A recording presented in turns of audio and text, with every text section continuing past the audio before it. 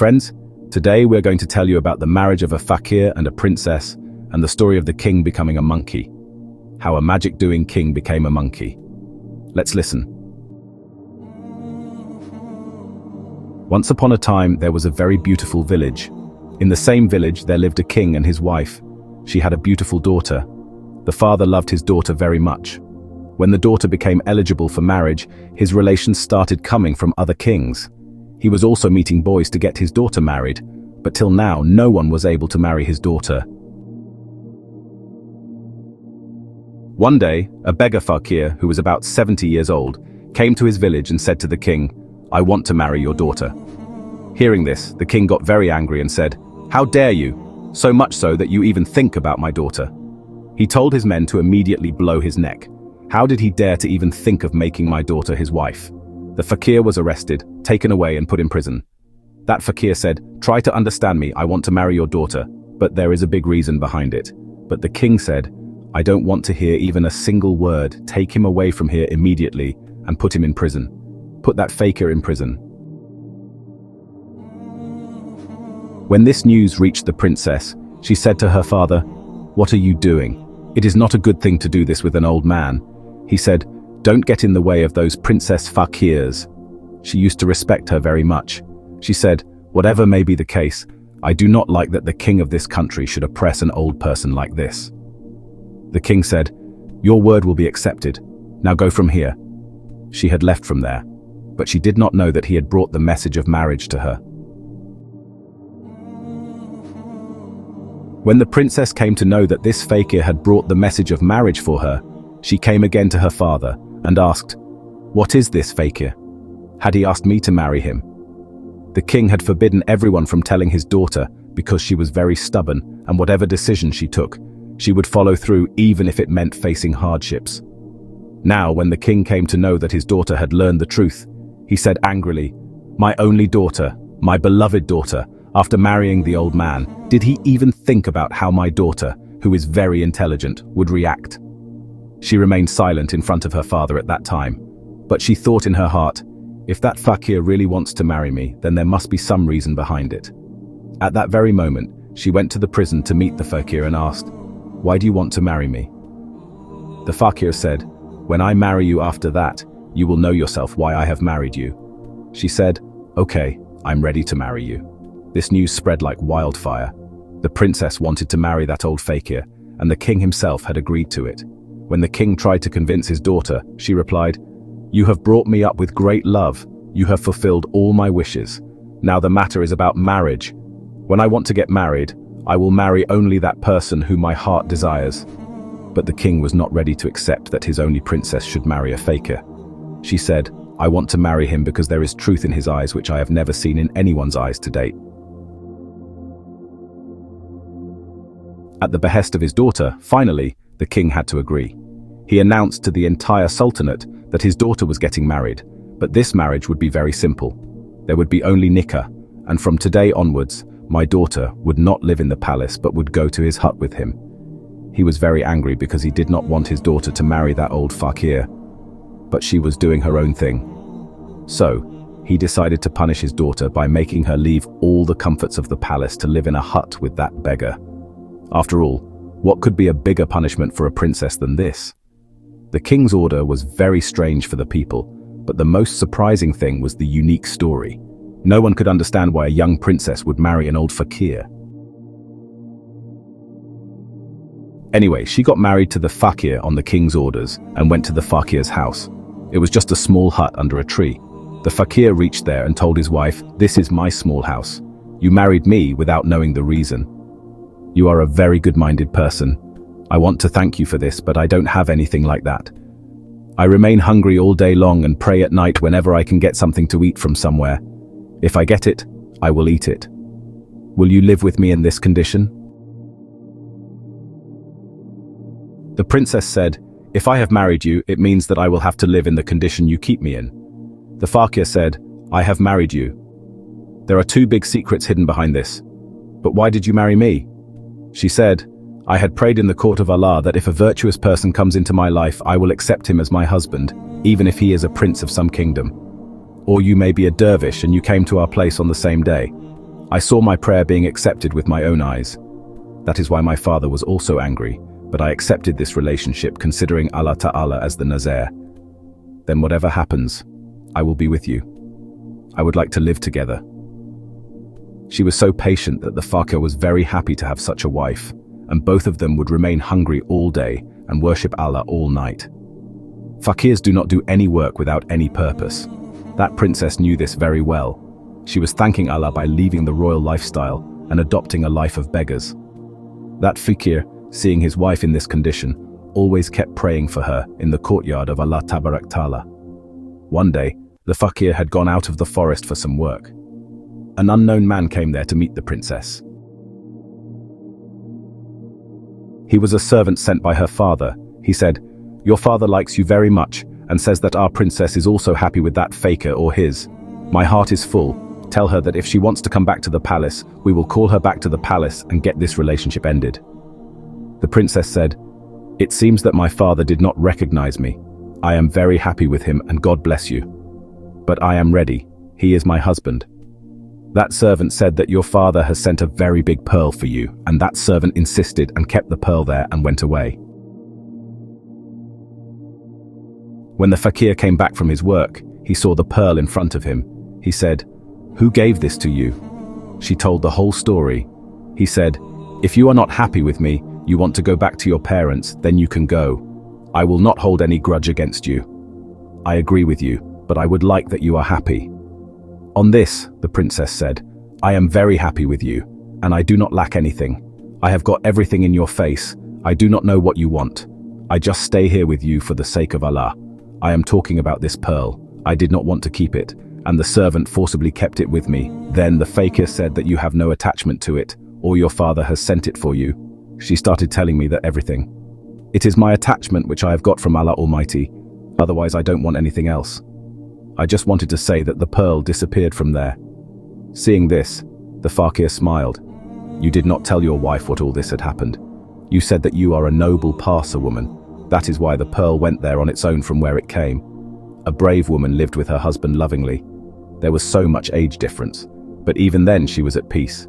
Who had always seen the royal life? Today only on 2 dates. She was making her living and this was a big deal. Sometimes even dates were not available to eat." One night the fakir was praying when he heard the sound of someone coming. The fakir saw a man walking with a big plate on his head. "Coming," he said. "The king has sent this dinner for his daughter and has said that tell my daughter that she will only drink water. Her husband is not even capable of feeding her. Her father is still alive and can give her everything." Hearing this, the princess started saying, "I have no wish, I have no need. I only ask from my Allah, go take this food or go and give it to the person who has sent this food. I will eat only what Allah will feed me. And this is what I have said in the name of Allah." I also prayed, but the servant was forced to stand with the plate.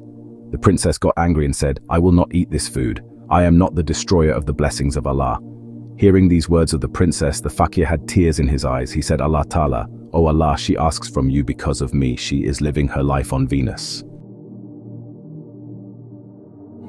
I never even said, oops, but today you bring down from the sky for my wife a plate that no one has ever seen, a fakir."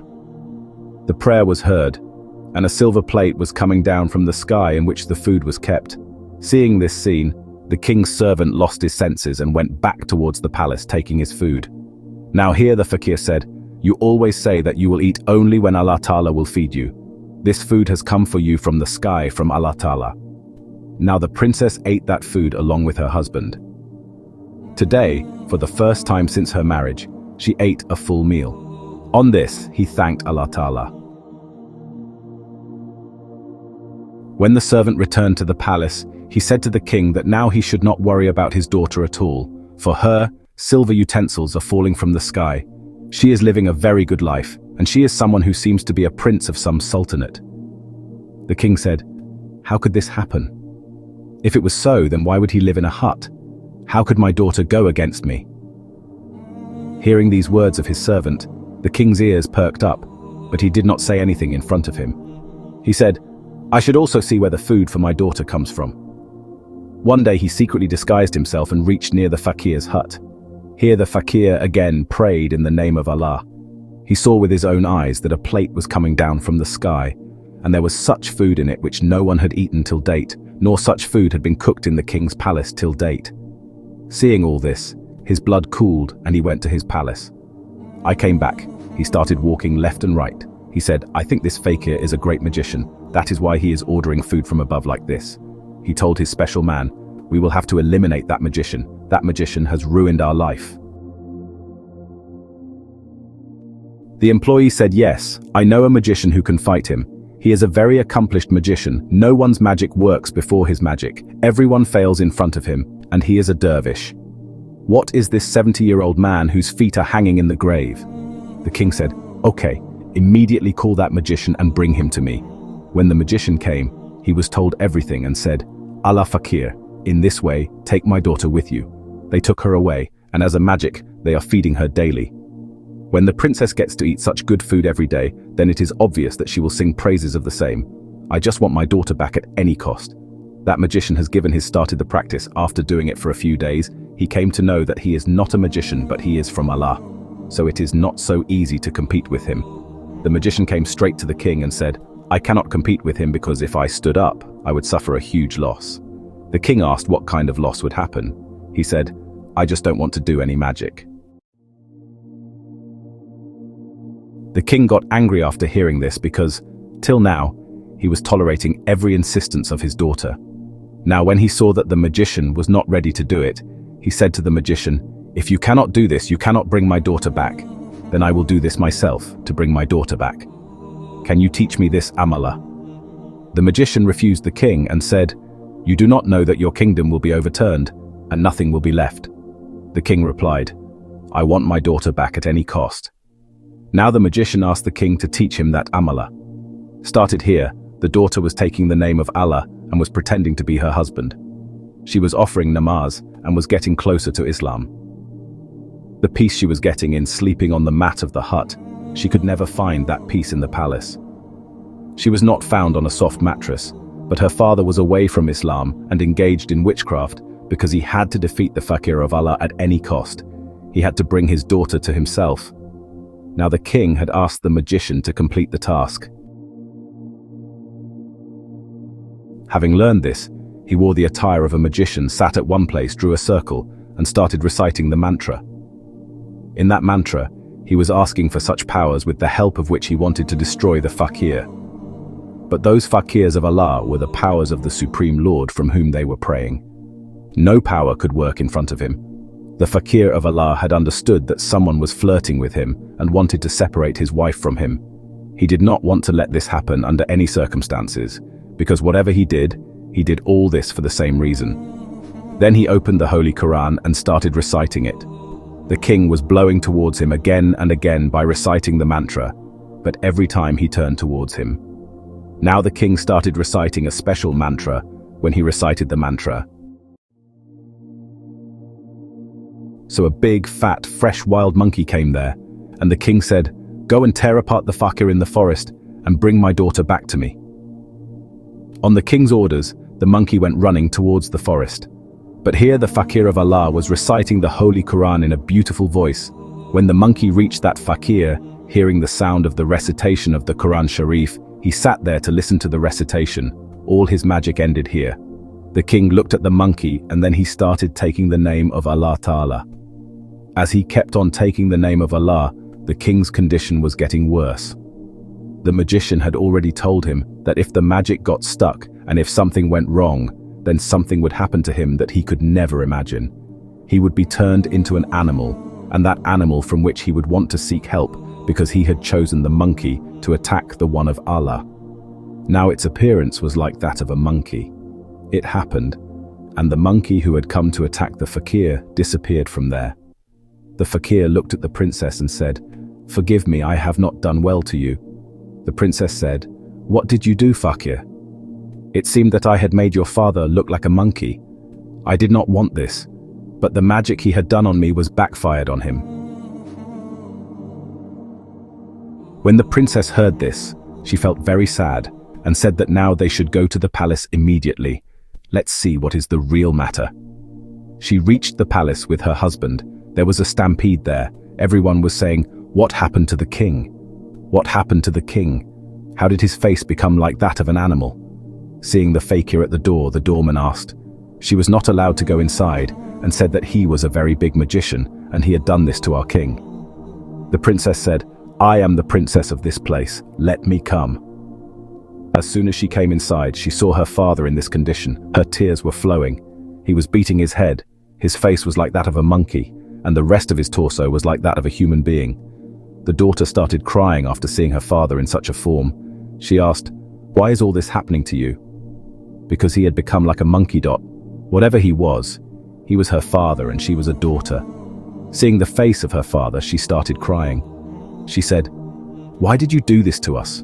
Why did you want to kill my husband?" The king said, "I knew your husband long ago. The husband married you, but to date he has not told the reason for marrying you. Today I will tell you that actually, I did not want to marry you to a Muslim, but I wanted to marry you to the prince of a sultanate who was a non-Muslim.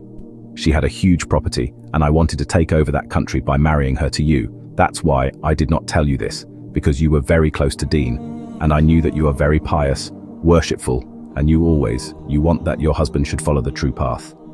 One day I was going towards his country to meet the same non-Muslim prince. On the way, I saw the hut of this man. I saw him praying there. Did you know? It may be that I have a strong hatred for beggars. When I saw that beggar, I said, "I don't know who my daughter will marry. I will never get my daughter married to any beggar. I will make her the wife of some prince, even if he is a stranger." Saying this, "Why not be a Muslim?" When I started passing by, this old fakir stopped me and said, "Why are you talking like this? Being a Muslim, you should marry your daughter to a Muslim, only because only a devout husband will respect your daughter. You will respect him and love him, because he will be fearing Allah. Your daughter will also love him. This wealth, this palace, all this will remain here. In the end, only he will be the one who will be happy with you. He will be your friend who will follow the path of Allah, just me." I found his words very bitter. I said, "Why did you say this? Who are you to say these things to me? I can marry my daughter wherever I want." I started hating him so much that after telling my soldiers, I even got him whipped. But this still, he kept telling me not to torture his daughter. That's why he followed me to the palace to marry you. You were about to sacrifice your life in the name of Allah. You went against my wishes and married this 70-year-old. I married an old man. I thought that he was a fakir who lived in a hut. What can he give you? You are a princess who lives in palaces. After a few days you will come back to me. But you patiently stayed there and prayed. You are hungry. But you did not come back to the palace. When I saw with what honor the plates of food were being brought for you, then I did the magic which I should not have done. My face became like that of an animal, then that king and that beggar of Allah. He said to me, "Forgive me, my daughter was very hurt," and she said, "Whatever you wanted, I should not get married. I am living my life like this.